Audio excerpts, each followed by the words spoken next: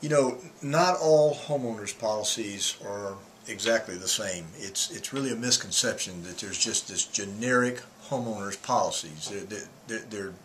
There's differences, and those differences can be critical to your financial protection.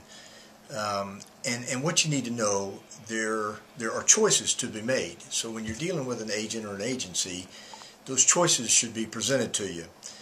But there are some common threads in every policy. You know, there's coverage for your home itself, the structure. There's coverage for all of your personal belongings inside your house or even outside your house that aren't structural. There's a coverage that most people don't even think about or realize is there. It's called loss of use. If your house was burned down or damaged badly, you got nowhere to live, it's going to cost you extra to go somewhere else. There's a value on how much coverage you get. There's some choices to be made there, but that coverage is in most policies. There's also coverage for liability, and that actually can be a very big, significant coverage in that when you're in your automobile, you have to have an auto policy to protect you there from a liability standpoint.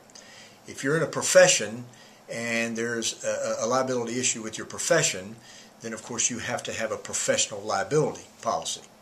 But anything else that goes on in your life where you could be sued, which can be lots of things, and I'll speak to those in just a second, but that's where you draw protection from your homeowner's policy, your personal liability. And most people don't realize what a significant item that is. Now, you also need to understand that in every policy there are limitations or exclusions.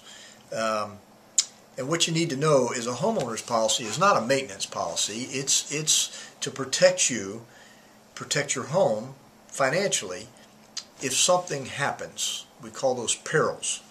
You know, whether it's wind or fire or any other thing that you possibly could think about, it's designed to protect sudden and accidental events, not just wear and tear. But you need to know, do you have sinkhole coverage on your policy? Not everybody has that anymore. Do you have special items like lots of jewelry or silverware, or do you have a gun collection, or maybe you have some antiques or a book collection, or lots of different things that may not just be inherently covered or covered adequately on your homeowner's policy. So you need to be aware of that. There are limitations on those coverages on every policy. You may just have some unique things that are really important to you involving your home. You need to address those things because they may or may not be covered. And of course, you know, your liability coverage, which I spoke to earlier, for example, some liability policies, if you have a dog and your dog were to bite somebody, there may be no coverage. There might be, but you need to know. And you know, when you think about a homeowner's policy, for most people, your home is the most significant financial investment that you have. And your homeowner's policy is how you protect that investment.